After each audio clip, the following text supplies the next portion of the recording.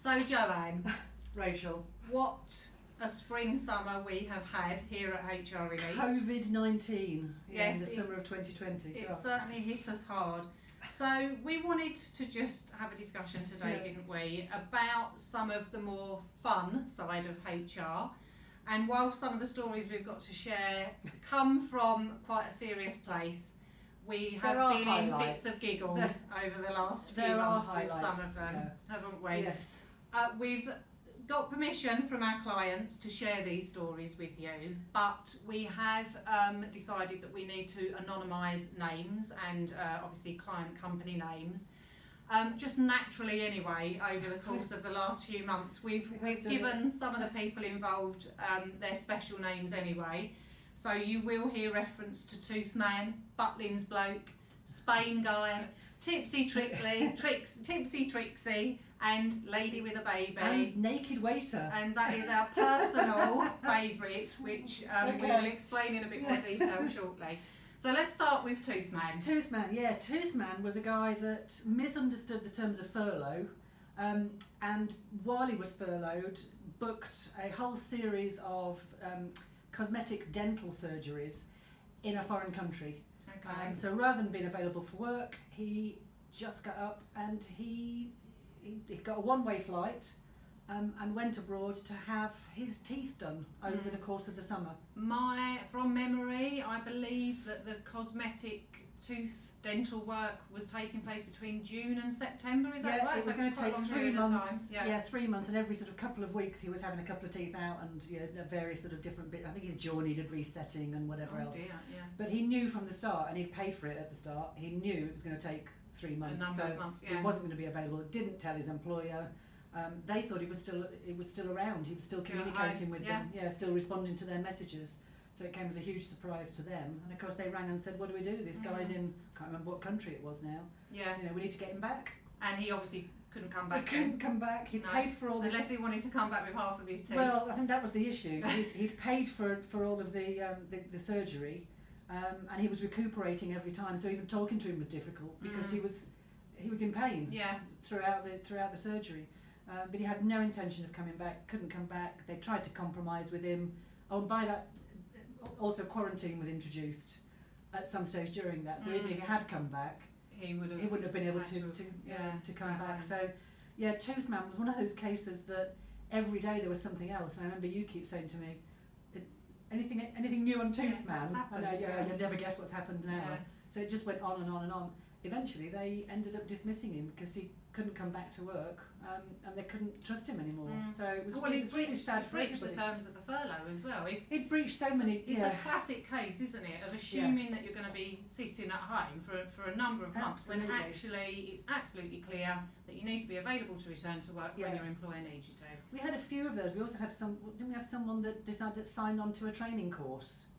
Yes. That was going to take 6 months to complete or something. Yeah. And full-time training and obviously not able to come back. So clearly, Boris saying that the furlough scheme would be around until October, even though they'd received a letter from their employer saying they could be asked to come back to work at any time. They've just assumed they're going to be off for a number of months rather than weeks. And they took advantage of that, whereas you and me that weren't off, we couldn't take advantage of the time. We just had to work through. Yeah. Similar, when you mentioned Boris, he also had an impact on Butlins Bloke. Oh yes, Butlins Bloke was another favourite of mine. I didn't deal with this case myself, one of our other consultants did, but this was a gentleman who had booked a holiday to Butlins, so still remaining in this country. And he booked the leave off? No, so he hadn't booked any leave. It all came to light when the employer needed him back. So the employer quite reasonably gave him a couple of days' notice. We need you back at work now, work's picking up, there's jobs to be done.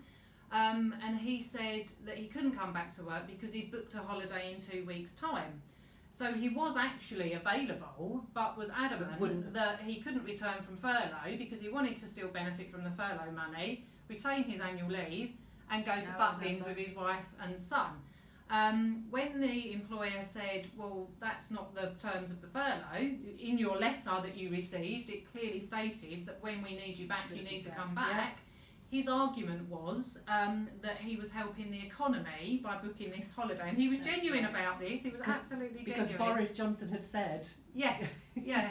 He didn't get think. out and spend money. Yeah, and he had no thought to the fact that actually by him working, that was helping the economy and helping businesses, particularly the business that he worked for. But what actually happened with that one, he did actually come back to work. It was come back or face a disciplinary process. Yeah. I think he actually already had a final written warning on file, so he was already okay. on dodgy ground. At least he saw And the his light. wife and son went to Butlins anyway. So double whammy there really. So They helped benefited the from the economy by paying for the holiday, and also he came back to work and was providing services. Well, I hope she spent extra money on his behalf then. Yeah, Because that, of course, was in this country, wasn't it? But there was also the guy, was it in Spain, wasn't yes. it, that couldn't come back because he was in Spain. Yes. I don't think that was back from furlough. No, No. so this was regarding a redundancy situation, and he was asked to attend a consultation meeting. So he was sent a formal letter I remember. inviting him to a consultation meeting. He was in Spain, so he obviously couldn't attend that consultation meeting. At least they must have sent it by email then, Yes. rather than actually posting it. Yes, they Thank had, goodness for yeah. that, yeah. So he obviously had to inform his employer that he was actually on holiday. The question came up again, why have you not booked annual leave? If you're going on holiday, you're still required to book annual leave, and you know, as you would have done if you'd taken a holiday to Spain before furlough and before lockdown and so on. So he offered to do the consultation meeting via Zoom, and said to his employer that by doing the Zoom meeting around the pool, with all of the kids and other families all around the pool jumping into the swimming pool, that actually demonstrated how normal things were. You know, this is the way things are now. This is the new normal. Yeah. I think his employer actually allowed him to do that in the end. Not necessarily by the pool, but I think they allowed him to do his consultation meeting via Zoom from Spain. But again, another example of how people are not thinking through that if you're going to go on holiday, you still need to book annual leave with your employer. And also, how bad does it look if you're at risk of redundancy and you've not followed the rules and you've left the country and you're not available to come back? It doesn't do your potential case. disciplinary. Yeah, it doesn't do your case any good. Yeah. All of these were going on at the same time as well, weren't they? Yeah. Tell us about Tipsy Trixie though. Tipsy Trixie, bless her. That was another redundancy consultation, which of course we've done loads of this year. And there's very, very seldom is there anything even the slightest bit humorous when you're doing that. But Trixie, who isn't, what's not her real name, came to the individual consultation meeting clearly under the influence of alcohol, we presume, because it smelled like alcohol, wasn't sitting properly, was slurring her words. And there was a real concern for her, but obviously we wanted to get the meeting done as well. It was only really confirmed that she absolutely was under the influence was when right at the very end of the individual meeting, she sort of leant in and stood up, bearing in mind we're socially distancing, sort of leant in and stood up and went to give her manager a hug and a kiss. And he then didn't know quite what to do, and it was all a bit sort of awkward and social distancing. Oh, thank you very much. Yeah, we'll be in touch. And we'll. I don't think most employers would know what to do if their employee went to kiss them. Regardless of social distancing, certainly not a redundancy consultation meeting. That's not neither the time nor the place.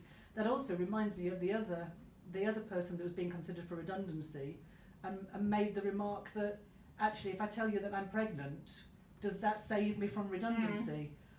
Was she pregnant? No, she was just saying that if I get pregnant, will that save me from redundancy? And we kind of said, well, you're not. Yeah. What didn't she say as she walked out? I'm going to try really hard to get pregnant. Yes, that's right.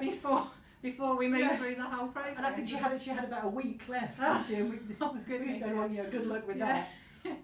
Yeah, I don't know. Yeah, lady with a baby. Yeah, there's certainly been some interesting ones, but not as interesting as our own personal favourite. It's not our personal favourite. Your special situation, Joanne, with you and your partner. Mortified. This was at the end of the summer, so you'd think that we all would have learned working from home, doing remote meetings. We've all seen the funny videos on, Facebook or whatever about cats and children coming in and interrupting meetings. but no one could have been as mortified as I was when I was speaking to a new client, and my partner, who had been at work all day, had got in, gone for a shower. I'm in the back bedroom working. He'd come into the room where I was conducting this meeting with a new client. I'm frantically saying to him, "New client, go away, go away." They're all giggling. And to top it all off, rather than actually just sort of scuttling out or dropping to his knees, he waved at them and said, "Hello." I think you've missed the key point here, though. Wasn't he Oh, just sorry, in a yeah. towel? Yeah, he was. He'd just come out the bathroom in a towel. Yeah. That's all he was wearing, and I don't think they could even see the towel because they then made reference to my naked waiter. New client. Oh, mortified. I'm sorry if you're watching or listening. They have been in touch though, haven't they, and shared some of their own stories Yeah, about apparently. Zoom calls and Yes, things happening in yes. the background. So I think we've all experienced it. Thank goodness they were understanding Yeah. about it. but Nothing like that though, Joanne. No. I think that tops it off. Lesson learned. Lesson learned. He did have a towel on, and he was. I was going to say he was decent, but Yeah. yeah, The door will be closed. Yeah, they're locked from now on. I'm going to put a chair behind it. Oh, brilliant. Yes. Okay. Yeah, it has been a summer. It's nice now to be through that, and hopefully a lot of our clients now are looking at building from Yeah. now on rather than dealing with some of the unsavoury things Yeah. that have happened during the year. So. Well, we've certainly got a lot to look forward to in terms of working Yes. with clients now that want to make sure, even with a reduced workforce, that they're getting the best out of the employees that have Yeah. remained. So there's some exciting times ahead for us to obviously Yeah. help those clients to do that. Kids are back at school, returning to school next week. My two are returning Yeah. to school next week, and I think we're probably going to see a few things come from that. Yeah. There's a big campaign about getting people back into the office now. I'm in two minds about it myself. I think we Yeah. feel that having an element of being in the office really helps with communication, getting the job done and so on. But there's also this very real fear still of people coming into work, leaving their houses, being I think around it's people more. And Day by interacting day, with isn't it? others. Step Yeah. by step, and just take it as it is. Yeah. We're still doing things by Zoom and Teams and remote working, but it's probably fair to say that I can't guarantee any nakedness on any of my Zooms coming up. I'm glad to hear that, because I don't think I I'm can so handle pleased. any more nakedness for I HR Elite. I probably need a holiday now. Yeah. Okay, all right. Well, I'm sure we'll have some more stories to tell you in a couple of months. As I say, kids are back at school, people returning to the workplace, so there's probably going to be some more issues that we'll be dealing with, along with the more proactive work. So we will make sure that we share those stories with you soon. Thank you very much. Bye.